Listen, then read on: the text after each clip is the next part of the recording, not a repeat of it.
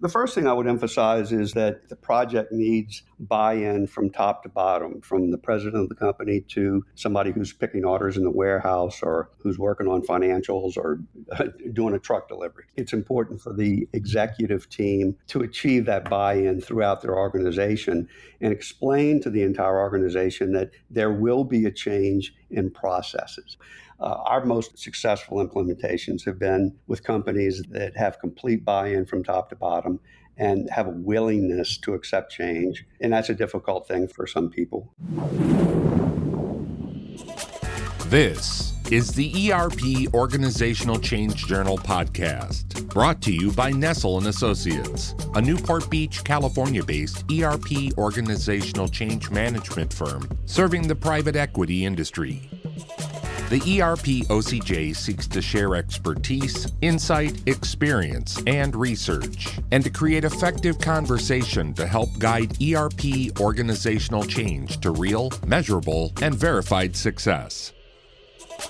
And now, here's your ERP expert and host, the founder of Nestle & Associates, Dr. Jack Nestle. Hi everyone, Jack here. In this episode, we dive into integrated business applications, automated business processes, warehouse productivity, implementation processes, which minimizes the time and resources needed for a successful go-live project, training, and more. We will discuss the defining aspects of ERP and integrated software, its benefits, and the nuances of product differentiation in a competitive market. We also explore the critical interplay of technology, people, and process, shedding light on the industry's trends, challenges, and success metrics. We will also discuss thorough data conversion, comprehensive training and extensive testing, and seamless software conversion. This episode is a must listen for those seeking to drive business process improvement and organizational change through business systems integration. Today we have with us Jebb Maginnis. Jebb is the president of Creative Data Research, a software solutions provider. Jebb boasts an impressive track record in the industry, skilled in many areas such as business development, marketing strategy, and business process improvement. He has taken a keen understanding of how to drive success in the realm of ERP. His expertise in anticipating industry trends and delivering advanced technologies has been instrumental in increasing profitability and enhancing customer satisfaction for numerous enterprises. From New Orleans, Jebb, welcome to the show. Hey, thank you very much. I'm glad to be here, and thank you for having me. Yeah, I'm looking forward to this, Jebb. I'm excited because I know you're full of a wealth of insight, and looking forward to sharing this out with our listeners. But before we get started, can you maybe further introduce yourself to our listeners, please? Sure.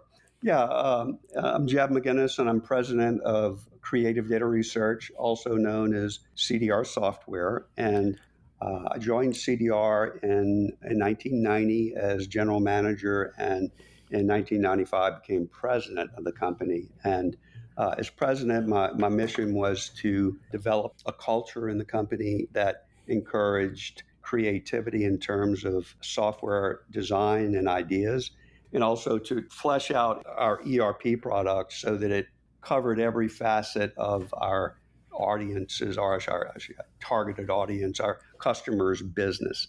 So one thing that I'm proud of is the way that our staff works. Each staff member works very independently, but also very collaboratively. So it gives everybody an opportunity to communicate with our customers, find out exactly what their needs are, what problems they have, how we can solve that, and then we implement those ideas into our software. And since taking over in 1995, we've built our customer base to 70 distributors that run our system from California to Vermont. And it's a solid customer base. And I feel like we're certainly a leader in our segment, which is convenience products distribution. Great. Well, thank you, Jebb. I'm really excited to have you on with us today. And I know with your extensive experience in ERP software and coupled with practical industry insights, you'll definitely offer our listeners valuable strategies for navigating ERP implementation and organizational change. So I appreciate your time. Listeners, all of us here at the ERP OCJ hope you find this podcast useful as we share lessons learned, discover best practices, and explore the human element components of ERP organizational change. Please stay with us till the end. Jebb will give us his actionable golden nugget of advice based on today's conversation. Only when you apply what you've learned will you begin to move the needle forward. So let's dive in. So, Jebb, my first question for you, and I just want to ask you some general questions regarding ERP. So, to start off, how would you define ERP for our listeners who may not be familiar with the term? Sure. My thought of ERP is a software system that it helps run your entire business operations with integrated applications. And in our case, includes a warehouse management system, purchasing, order management, financials, and business intelligence. So it's a way of seamlessly sharing that data throughout the ERP system that allows our customers to achieve their goals. And so, based on that definition, Jebb, as you know, there are many tier one players and kind of different layers of ERP vendors, right, that provide various ERP functionality.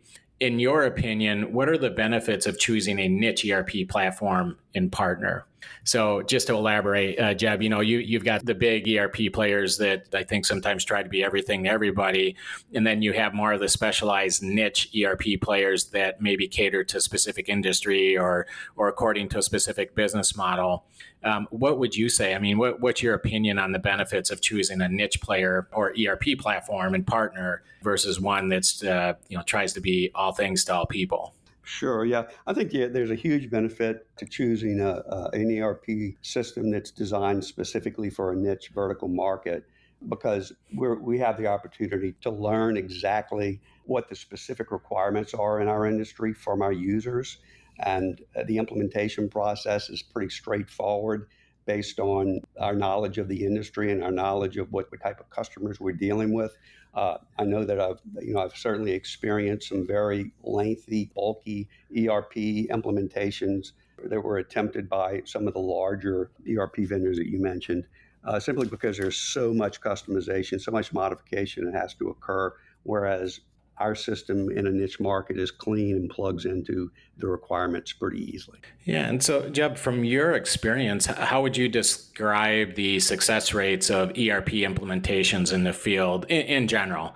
I'm not referring specifically to creative data research, but just in general, when you look around at the field and the ERP space in general, do you have any thoughts or opinions on success rates of ERP implementations? And you're referring from the big players down to niche. Yeah, just in general. Yeah, pretty vague, pretty general, but yeah. Yeah. I feel like in general, ERP implementations can be more complicated and more difficult than they actually are. In general, I feel like at the end of the day, they are, for the most part, successful, and then the end user gains the benefit of it. It's just a matter of how it can be made more efficient so that it's not such a laborious process for the end user. Yeah. Well, Jebb, let me drill into that question just a little bit, or a follow-up to that question. So if you were to lead, you or anybody on your team, if you're leading a kickoff meeting for an organization just starting an ERP implementation, how would you define and describe success in terms of ERP organizational change within your client's organization? Yeah, the first thing I would emphasize is that the project needs buy-in from top to bottom, from the president of the company to somebody who's picking orders in the warehouse or who's working on financials or doing a truck delivery. I think it's important for the executive team to achieve that buy-in throughout their organization and explain to the entire organization that there will be a change in processes, in the way their business processes currently are. They're going to change. Not all of them will, but some of them will. So our most successful implementations have been with companies that have complete buy-in from top to bottom and have a willingness to accept change. And that's a difficult thing for some people. I've seen some of the most dug-in employees that are very resistant to change at the end of the day. Yeah. They love what they see when they get it. Yeah. Yeah, and Jebb, I think part of the any ERP organizational change effort should entail some time spent, because it's time well spent, discussing success, defining success. What are the metrics? What does it look like? Number one, I think success, or the idea of success, or even the perception of success from the stakeholders, it can fluctuate throughout the entire implementation process. You kind of go through good times and bad times, let's say.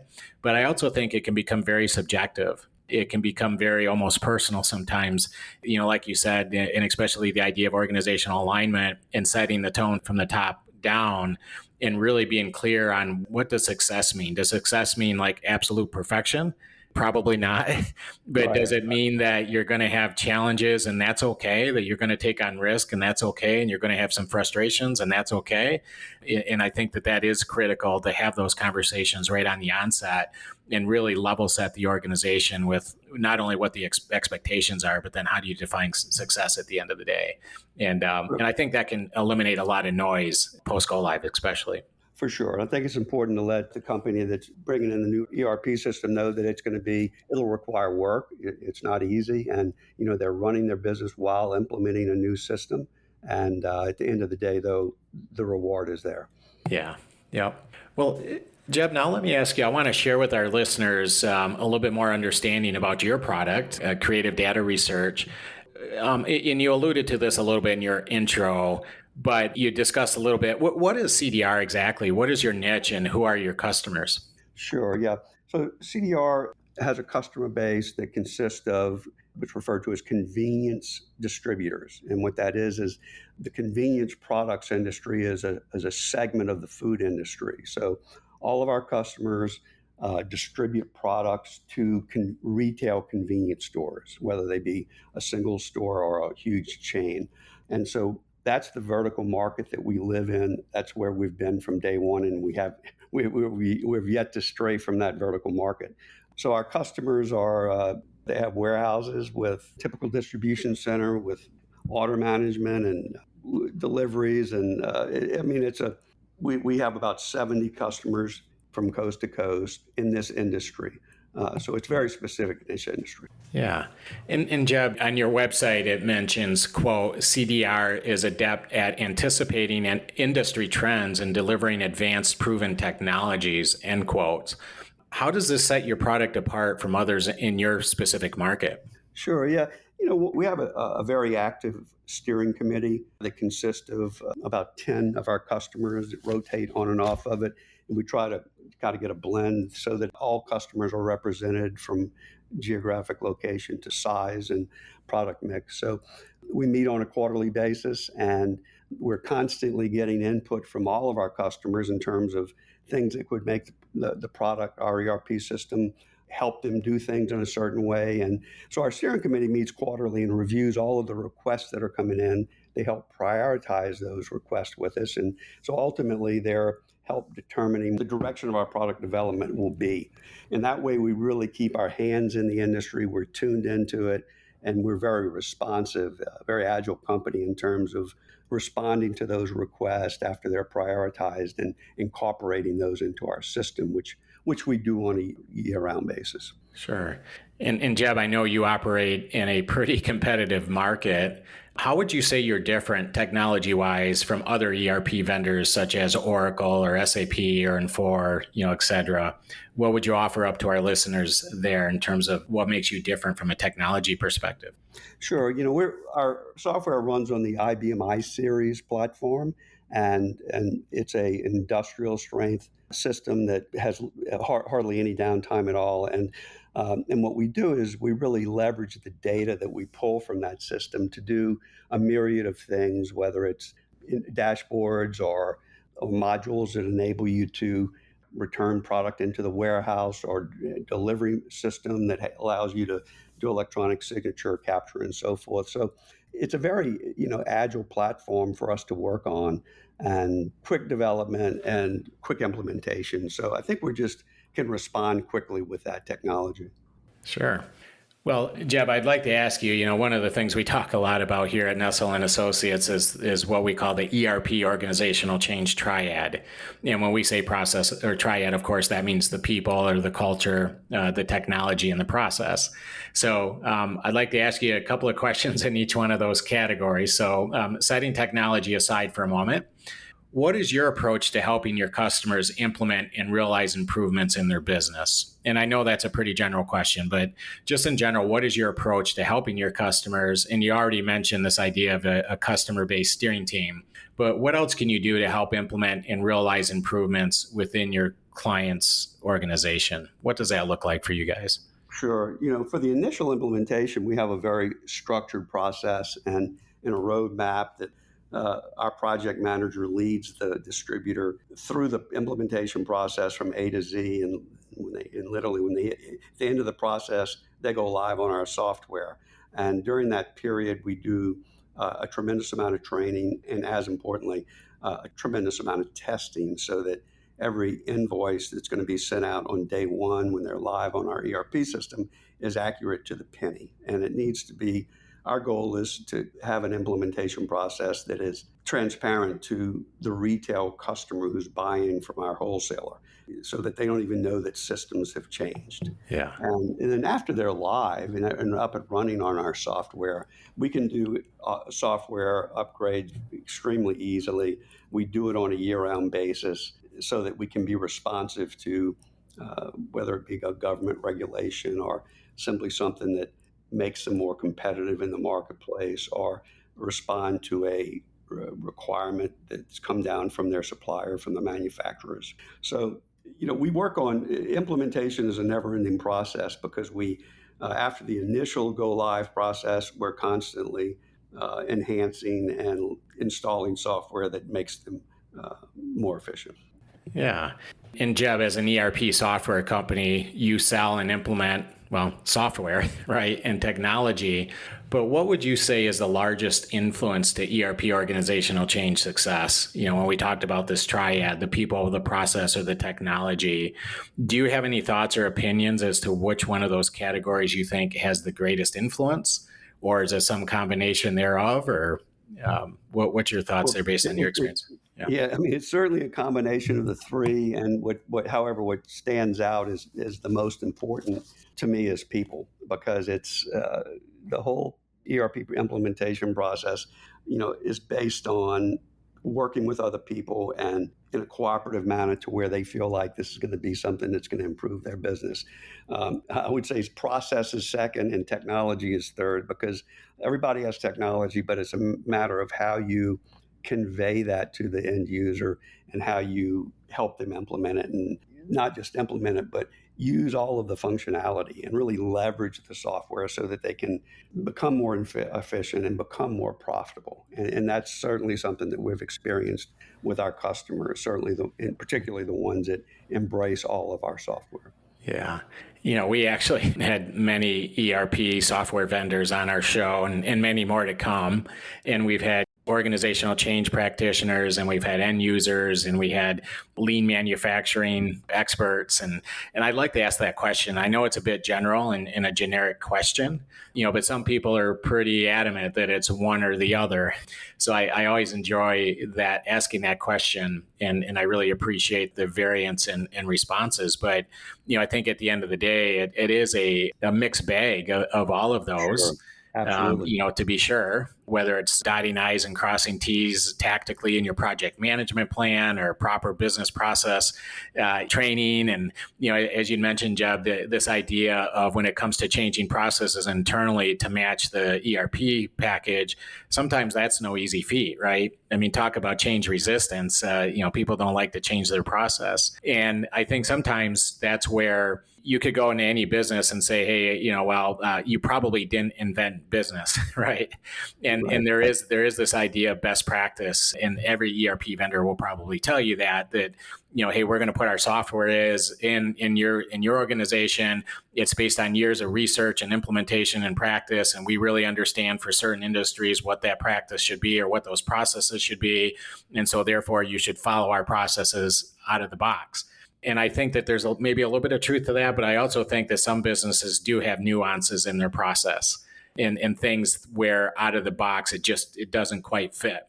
And I'm on a little bit of a tangent, but I always appreciate the responses to that answer because, there's a lot there. And I think it just goes to illustrate the fact that successful ERP organizational change, I mean, there's a lot there. There's a lot of variables, and all of those variables can vary from one organization to the next. Now, the amplitude may not be the same either.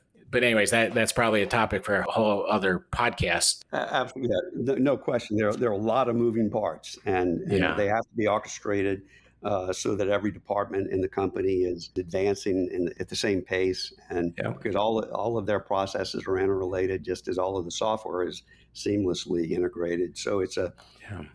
it's an orchestration. There's no question Yeah. about that. And Jebb, and just for our listeners, it's easy to say, yes, people, processes, and technology. And that's pretty obvious. But under each one of those, you could just keep drilling and drilling and drilling, right? So when you talk about people, you're talking about leadership, you're talking about organizational readiness, you're talking about culture. There's a lot there. And the same with process and technology. And there's been a lot of research in ERP organizational change, and hundreds of what's called success factors have been identified that can contribute to the success or failure of an organizational change project, an ERP project. And one of the things is all of those variables are inherent in every ERP organizational change project. So they're there, but the amplitude in which those factors may impact your success varies from project to project or from organization to organization. So just a real simple example. I mean, if you go into an organization and they have really strong leadership, whether it's transformational leadership or whatever it is, that can make things a lot easier when it comes to ERP organizational change. But if you go into an organization, and to your own point, if the leadership isn't engaged and sending a strong message in terms of the effort and the expectations with an ERP implementation, if they're not on board, well, that doesn't help your cause, right? Because leadership plays a significant part in an ERP implementation, to be sure. But there's also been papers that have been written that say, well, no, it all starts with the technology. If you got a bad GUI user interface, or if you have bad technology, that's probably the greatest reason that ERP implementations fail. So it's just a fascinating topic. Yeah, like you said, for each three of those processes, it could be a long conversation. Yeah, for sure.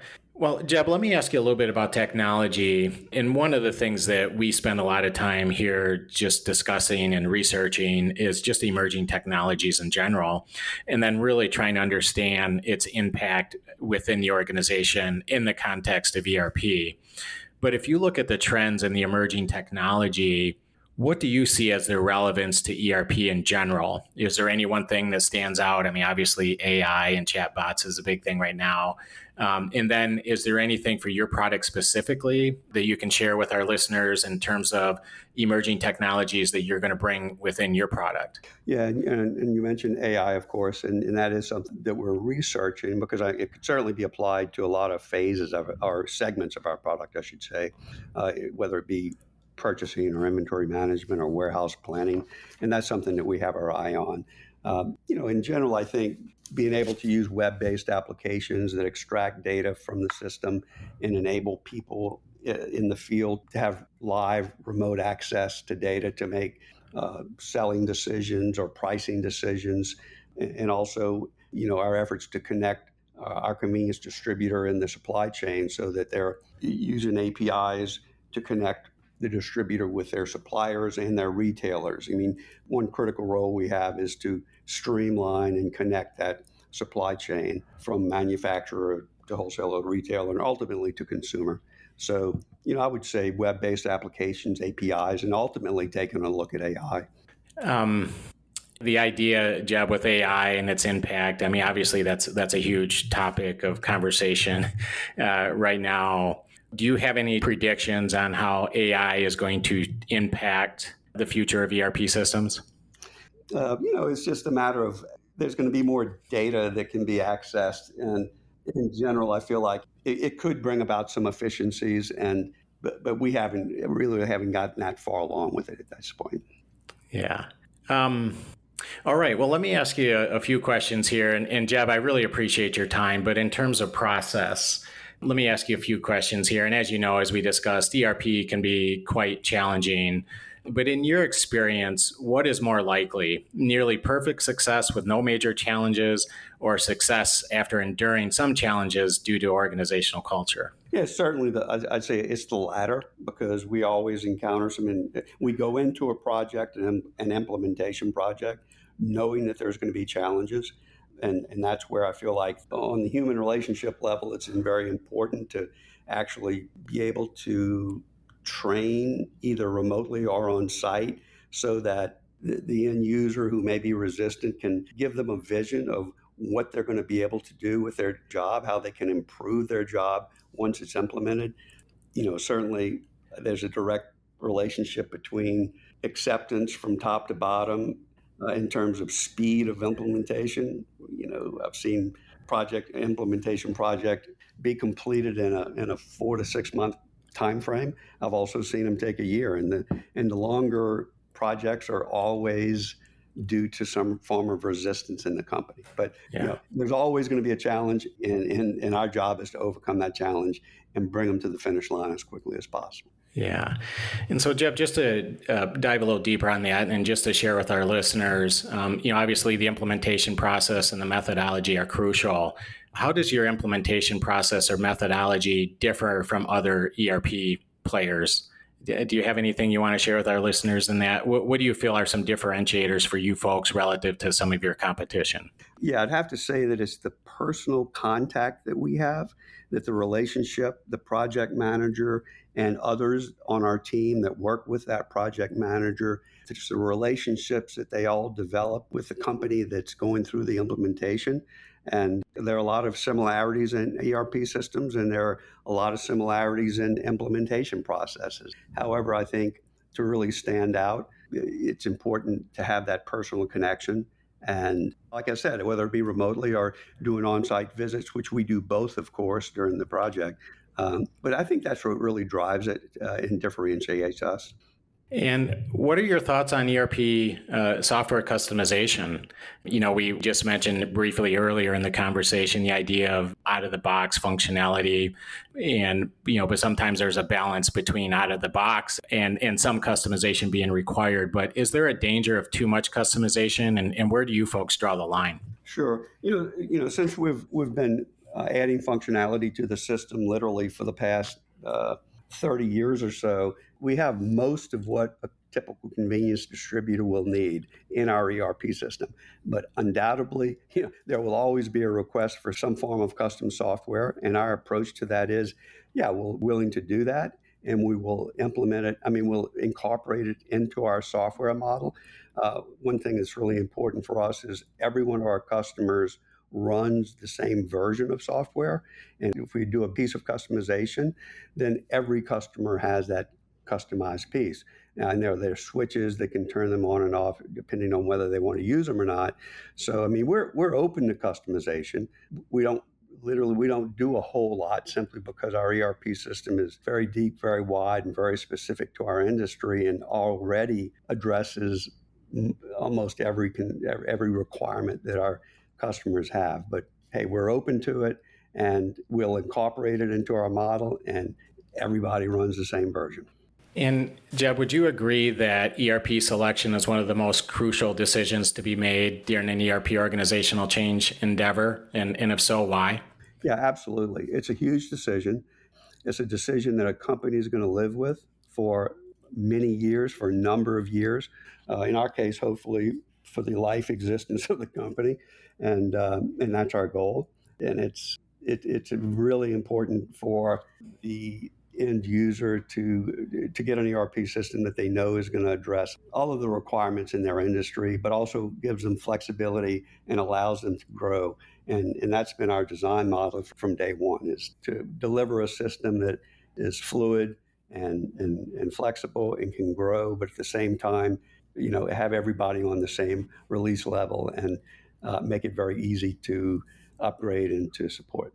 And Jebb, what would you say are some of the key factors to consider when deciding upon an ERP solution? I would say, first of all, the system itself, of course, examine the software. We typically do 5 or 6 demos with a company before they make a decision. And first of all, know the software. Know that it's going to provide you with the solutions that you need in your industry and specifically in your business. But also it's important to build a relationship with the company itself and make sure that it's a company that's going to be here for the long haul, which we certainly are positioned to do just that, and to be able to build a relationship with the entire staff, whether it be a programmer or a project manager or a support staff member. So it's it's like a marriage, and it's going to last a long time, you hope, Yeah. and forever. You need to make sure that you do your homework so that when you get into it, it's where you want to be. Yeah, absolutely. Well, Jebb, fun conversation, and thanks for sharing some of your insight and experience today. But before I let you go, given all that we've discussed today, could you sum up one key takeaway or golden nugget that our listeners should remember? And can you advise our listeners how to take this knowledge and apply it to truly make a difference in their ERP journey? Yeah, sure. Yeah, I think one of the most important things is building a relationship with the company that's supplying the ERP system. I mean, the software itself is critical. The implementation process is critical. But what I've learned is if you develop a healthy, strong relationship or if a healthy, strong relationship is developed between customer and ERP vendor, then that really assures a long, successful relationship. Yeah. Well, thanks, Jebb. I appreciate it. What a fun conversation, diving deep into the world of ERP. And we've explored the defining aspects of ERP, the importance of choosing the right software vendor, and the critical balance between technology, people, and processes. And your insights have shown us that success in ERP is not just about the software, but it's about understanding and effectively managing organizational change. It's clear that a path to ERP success is multifaceted, as we briefly discussed, requiring strategic planning, focus, and certainly agility. Remember, listeners, that our conversations here are built around the listen and learn approach, but it's when you apply what you've learned that you begin to move the needle forward. So let's take these insights, apply them in your context, and let's continue to drive growth and innovation. Jebb, thank you so much for your time today. I really appreciate it. And before I let you go, please tell our listeners how they can get in touch with you and how they can learn more about CDR. Absolutely, yeah. CDR you can find CDR at cdrsoftware.com, and I can be reached at 985-626-8408, extension 1326. And my email address is jmaginnis at cdrsoftware.com, and that's spelled JMAGINNIS at cdrsoftware.com. Well, thanks, Jebb, and we'll be sure to share that out in our show notes as well. Jebb, thank you again. We appreciate your time. Be well, and we'll talk soon. Hey, thank you for having me. I enjoyed the conversation very much. You bet. Thank you. Thank you for joining us for today's episode of the ERP OCJ podcast.